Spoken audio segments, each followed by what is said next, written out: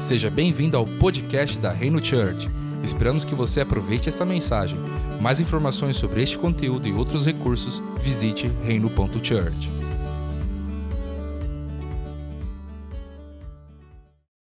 Olá, família, sejam todos muito bem-vindos aqui para mais um podcast da Reino Church. Novamente, Robert Marques aqui junto com vocês nos 40 Dias com Jesus, que são os nossos devocionais diários inspirados nas parábolas de Jesus no Novo Testamento. E nós estamos firmes e fortes aqui porque já chegamos na 27ª mensagem e o nome dessa mensagem é Sinais do Fim. Ela é inspirada na parábola da figueira que está lá em Lucas, capítulo 21, do versículo 29 ao 33. Peço que você escute essa mensagem até o final, que você receba as revelações da parte do Senhor para nós entendermos o que nós estamos vivendo neste tempo, ok? E neste momento, pega a sua Bíblia, nós vamos ler juntos essa passagem que está lá em Lucas, capítulo 1, versículo 29 ao 33, que diz o seguinte: Jesus ainda lhes contou uma parábola dizendo: olhem para a figueira e todas as árvores. Quando veem que começam a brotar, vocês mesmos sabem que o verão está próximo. Assim também, quando virem acontecer essas coisas, saibam que está próximo o reino de Deus. Em verdade, lhes digo que não passará esta geração sem que tudo isto aconteça. Passará o céu e a terra, porém as minhas palavras não passarão. O que nós podemos aprender com essa parábola é porque naquela época era comum Jesus usar elementos da natureza para ensinar sobre o reino de Deus. Jesus ele conta esta parábola aos discípulos logo após a sua fala profética sobre o princípio das dores e sua volta no comecinho lá de Lucas capítulo 21. E Jesus ele nos adverte para tomarmos cuidado com os falsos profetas, não temer as guerras, temores, fomes, epidemias, perseguições por causa do seu nome. A parábola é mais um aviso de Jesus para atentarmos para os sinais do fim dos tempos. Estes e muitos outros sinais apontam a volta do Senhor Jesus. Bom, o que Jesus está nos alertando aqui especificamente é sobre a sua volta. E quando nós lemos lá em Mateus capítulo 21, versículo 19, fala da figueira sem frutos, né? E qual é o significado da figueira? A figueira, ela representa Israel que foi encontrada sem frutos e apenas folhas. Percebemos que brotos e folhas de nada valem se não existir frutos.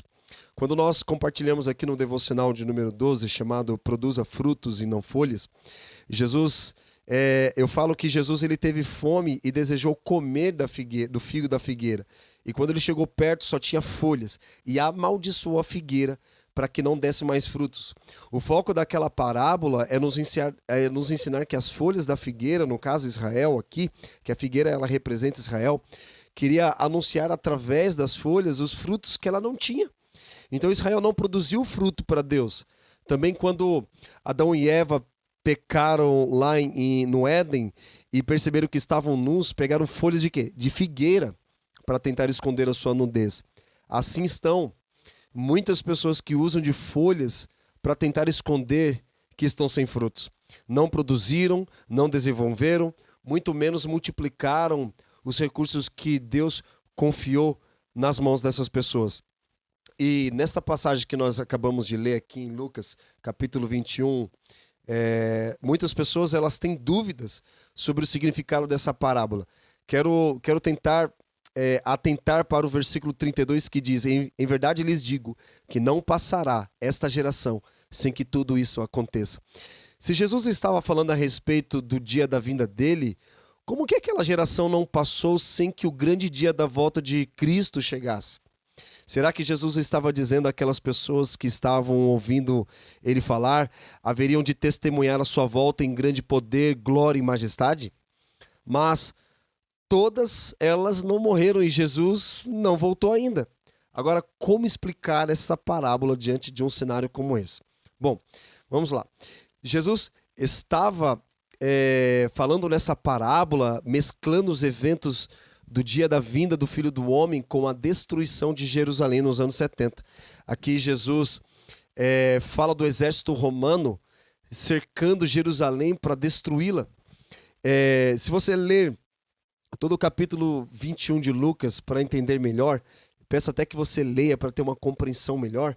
E muitos que estavam ouvindo e que viviam naquela época passariam pelas provações e tribulações naquele exato momento. Jesus estava se referindo aos eventos da destruição de Jerusalém dos anos 70, mas também, se nós dermos uma olhada no versículo 34, ele diz o seguinte: tenham cuidado para não acontecer que o coração de vocês fique sobrecarregado com as consequências da orgia, da embriaguez e das preocupações deste mundo, e para que aquele dia não venha sobre vocês repentinamente. Então Jesus ele está falando sobre duas coisas, sobre dois tempos. O tempo que estava acontecendo naquele momento, que ele estava profetizando sobre a destruição de Jerusalém nos anos 70, mas também Jesus estava profetizando sobre os dias que viriam a seguir, né? Que é o que nós estamos presenciando hoje. E nós percebemos também que mais de 300 textos falam sobre a volta de Cristo. E é muito importante prestarmos atenção no que Deus já falou para nós através da palavra. Outro detalhe importante que quero destacar aqui com vocês é que o que está escrito no versículo 31, olha lá, presta atenção.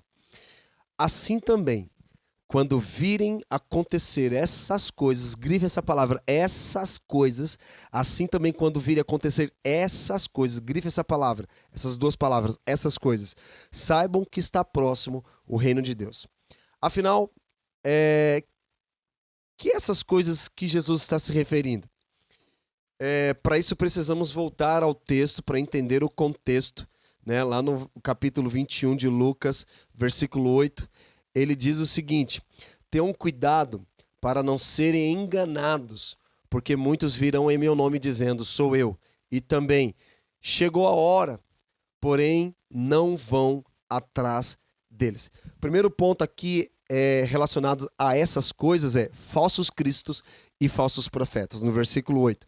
E muitos dirão, eu sou Cristo. Sabe, um dos grandes enganos relacionados, um dos grandes enganos da apostasia não é somente perder a fé, mas é o engano em relação à pessoa de Cristo. É por isso que nós precisamos nos aprofundar a conhecer a Cristo, para não ser enganados por falsos cristos e também por falsos profetas que estão falando muitas coisas, principalmente no tempo que nós estamos vivendo.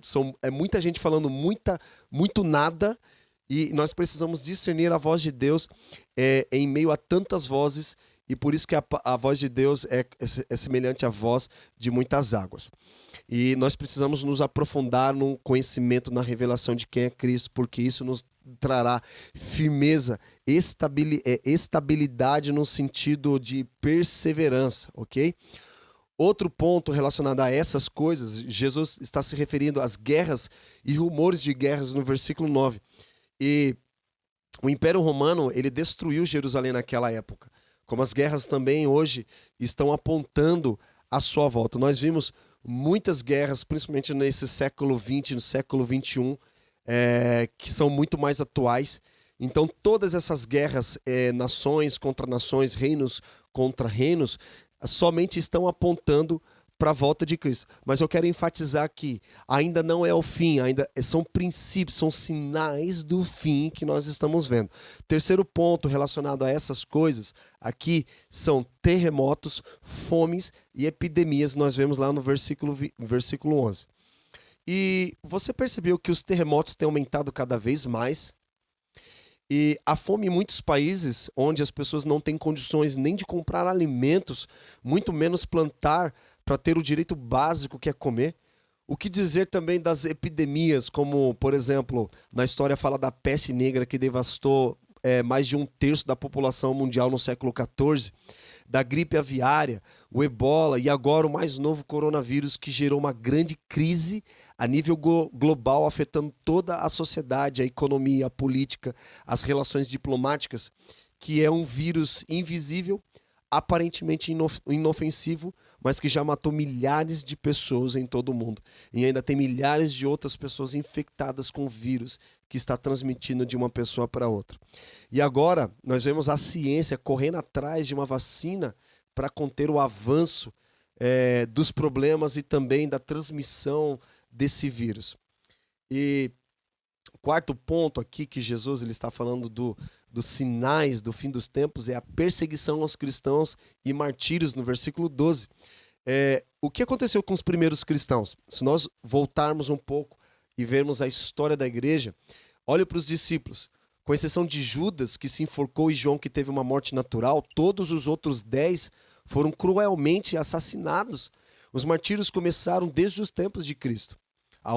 A história conta que quando o Coliseu Romano foi inaugurado, houve uma grande festa em comemoração. E nesta festa de inauguração morreram muitos cristãos das formas mais cruéis. E esses cristãos estavam sendo mortos por causa da sua fidelidade a Cristo.